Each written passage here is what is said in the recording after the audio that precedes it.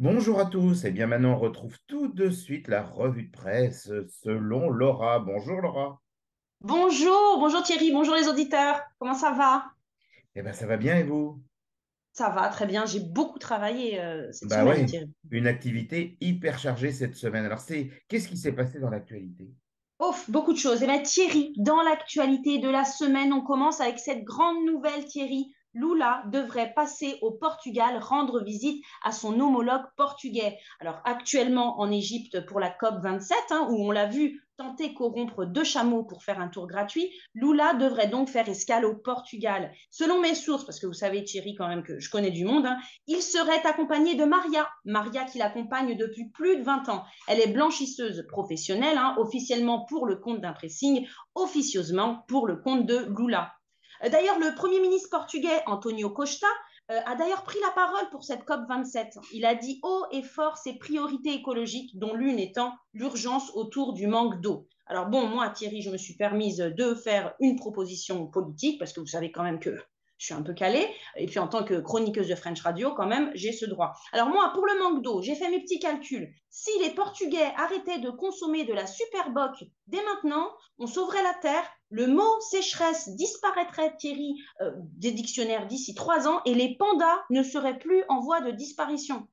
Il faut arrêter là, la cervéja, la cervéja, la cervéja. Là, c'est l'eau, la priorité. Voilà. De rien, de rien. Je sais que mes propositions sont toujours bonnes. La prime Macron, Thierry, dans l'actualité, la prime Macron, 700 000 salariés ont pu bénéficier de 710 euros cette année, augmentant ainsi leur vouloir d'achat. Non, excusez-moi Laura, c'est pas le vouloir d'achat, on dit le pouvoir d'achat. Non, non, non, non, non, non, non, Thierry, non, excusez-moi, c'est pas le pouvoir d'achat, c'est le vouloir d'achat, parce que, excusez-moi, mais avec 710 euros en plus par an, on n'est pas du tout au stade du pouvoir, quoi. On continue à vouloir, à y croire, à toujours vouloir rêver, et rêver de gagner de plus en plus en pensant que peut-être on serait plus heureux. D'ailleurs, moi, je pense, Thierry, on devrait plutôt l'appeler la prime Macron I have a dream, yes we can. Je pense que c'est quand même, là, on serait bien, là, on serait correct. D'ailleurs, Bruno Le Maire, qui est le ministre de Absolument. l'économie en berne, peut-être, je ne sais pas. Le Bruno Le Maire s'est félicité. Il a dit, ce que je constate, c'est que cette prime marche. Avec ces 710 euros, ça permet aux bénéficiaires de se payer des PlayStation, des abonnements aux chaînes privées et ainsi ramollir leur cerveau pour qu'ils ferment leur gueule.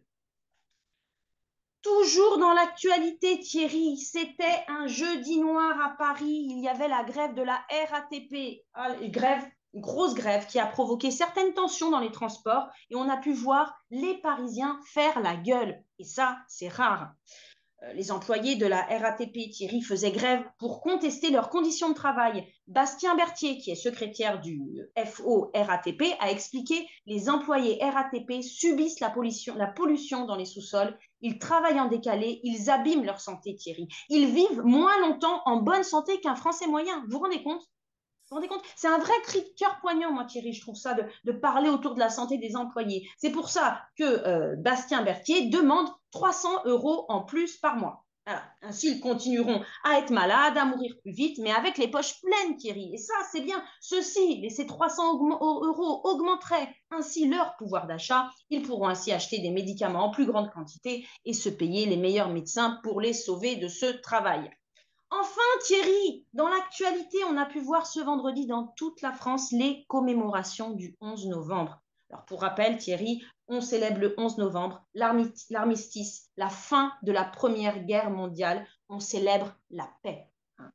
Petit rappel de ce qu'est la paix, Thierry, car on entend rarement parler de ce truc. Alors, rapport entre personnes qui ne sont pas en conflit. Ah oui, d'ailleurs, c'est un peu ce que votre mari vous dit de temps en temps, c'est fous-moi la paix, Laura. Il me le dit, mais il me le dit parce qu'il entend aussi beaucoup votre femme le dire. Donc, Ah, il a d'accord. pris exemple sur votre femme et je lui en remercie. Je lui passe le bonjour d'ailleurs. Moi aussi. Euh, et alors, J'en profite également pour saluer mes voisins en parlant de paix et de non-conflit. Du dessous. ah oui, oui, parce qu'ils sont bruyants, hein. Ah ben, vous savez, hein, on a 3 enfants, ils nous détestent. Mais bon, c'est le jour de la paix, c'est l'armistice de 1918 qui a été signé, Thierry, dans un wagon-restaurant. Vous le saviez? Mhm. Petit wagon-restaurant paumé dans une forêt. Alors ça a été signé bien évidemment entre les Alliés. Les Alliés, c'était les Français, les Anglais et les Russes. Donc entre les Alliés et les Allemands. Alors officiellement, hein, ils auraient juste signé un petit papier. Officieusement, parce que j'ai mes connexions, ils auraient quand même partagé plusieurs bouteilles de vodka. Et les Allemands auraient fortement apprécié la vodka russe et auraient vidé la totalité des bouteilles. Ce serait d'ailleurs dans ce wagon, Thierry, que serait née l'expression vaut mieux l'avoir en photocatable. Alors Thierry, moi, je lance une perche, parce qu'il ne faut pas déconner quand même. I have a dream aussi. Moi, j'ai un dream. On a réussi à le faire une fois, on peut le refaire. Dans le contexte actuel, je propose à tous les pays, à tous les dirigeants, de se réunir dans ce wagon une nouvelle fois. La French Radio, Thierry, fournira la vodka nécessaire, n'est-ce pas Thierry? La vodka nécessaire. On emploiera les grands moyens et ensemble, messieurs, signer la paix. C'est une Quelle perche. J'espère belle qu'elle sera entendue par déclaration. les auditeurs du monde entier. Et ils sont nombreux, la French Radio. Quelle belle déclaration, Laura. Eh bien, Laura, merci beaucoup. C'était la semaine vue par Laura. On se retrouve la Merci. semaine prochaine pour une nouvelle revue de presse. Et puis, euh, Merci. et puis on va le dire aussi à nos auditeurs. Hier soir, eh bien, vous avez fait un super stand-up qui a réuni énormément de monde au Théâtre Bocage à Lisbonne. Et puis ce soir, eh bien, vous allez être à Costa Caparica pour profiter du soleil et vous allez nous faire un peu le sunset, un one-man show sunset, et ça sera à Praia Exactement. da Mata. Praia da Mata, 17h45. Exactement. Venez nombreux, on va rire autour d'un verre avec ce magnifique soleil, un temps magnifique. Magnifique. À bientôt. Merci Laura. À la semaine Merci. prochaine. À la semaine prochaine. Bonne journée. La French Radio. Portugal.